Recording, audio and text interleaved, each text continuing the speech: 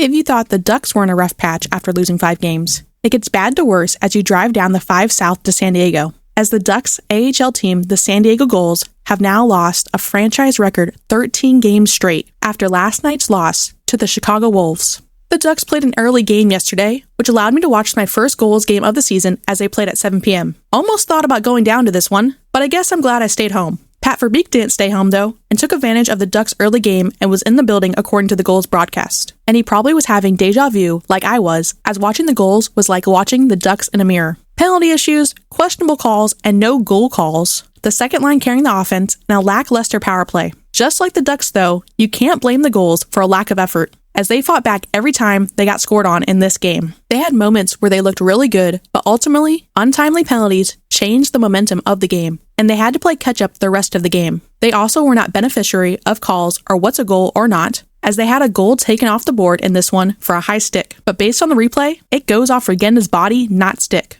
The AHL is just teaching future Ducks players to get used to these type of calls early. And thanks to Defend the Nest, who covers most Gulls games, this seems to be the norm, as almost all of his game recaps seem to mention inconsistent starts and penalty problems for the Gulls. I guess the one positive thing from this game could be that the Gulls actually scored first in the game. Granted, it was a penalty shot by Ben King, but then it would be up and down all game. If you want a full recap of the game, go read Defend the Nest article. He does a great job breaking it all down, and has a much better understanding of what's going on with the Gulls. I'm just basing my thoughts on this one game, as it is the only game I have seen this year. I will say, I watched a few Gulls games last year, and the Gulls this year do look improved, mainly because they're not using Dallas Eakin's system, or not system anymore, and now have adapted Cronin's new system. Players that stood out to me, Regenda, Zellweger, and Perreault. Regenda, the agenda, was the best forward on the ice, and people have said he deserves a call-up, and based on his performance in front of Verbeek, I think he will. He is kind of the Gulls version of Frank Vetrano, scoring all the goals for them. The difference is, he scores his goals differently. He gets right in front of the net and causes havoc, something the Ducks could use more of. His goal this game was just that, as Zellweger would shoot a shot through traffic, and he would pot the rebound in with some great hand-eye coordination, while falling.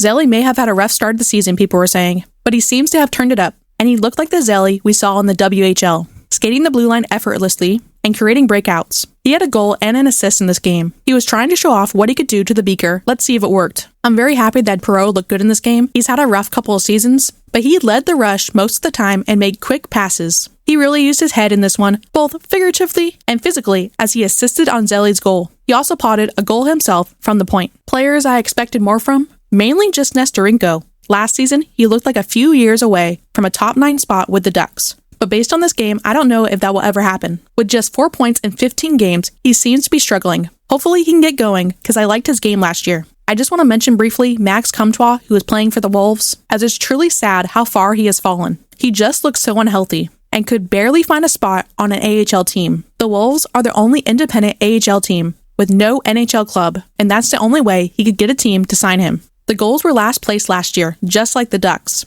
and they seem to be headed that way again. Lots of their games have been close, so there's still time to turn things around. I really thought Matt McViveen was going to make a change in the culture that has been going downhill the last few years for the Gulls, but something is not right. Defend the Nest mentioned that it could be a lack of veteran presence. There is both a rookie coach and players just coming out of juniors. Hopefully Chase DeLeo coming back provides some veteran leadership. If there's one thing I noticed about Coach McViveen, is that he seems he's not able to make in-game adjustments. This is something I think Cronin struggles with as well.